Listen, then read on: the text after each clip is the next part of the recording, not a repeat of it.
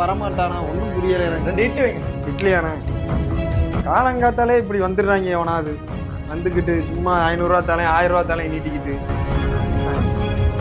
எல்லாம் மூஞ்ச பாருங்களேன். இது ஒரு டெக்னிக்கா வச்சிருக்காங்கண்ணே. இப்பெல்லாம் வர்றாங்க இது வேணும் அது வேணும் கேட்கறாங்க, சில்லறையில சில்லறை மாத்திட்டு வரேன்னு ஓடுறாங்க. என்னத்த சொல்றதுன்னு தெரியல. சாம்பார் ஊற்றுண்ணே. இந்த இல்லண்ணே அது மூஞ்ச பத்தியலா மூஞ்சையும் முடியவும் ஆளையும் ஒரு 500 ரூபா தான் வச்சிருப்பாங்க.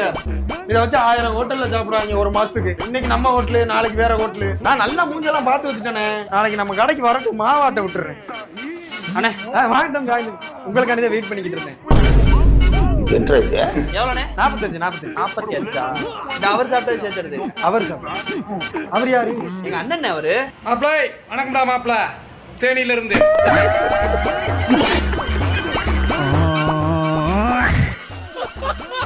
சிரிச்ச மணிக்குல செத்துருப்போம்.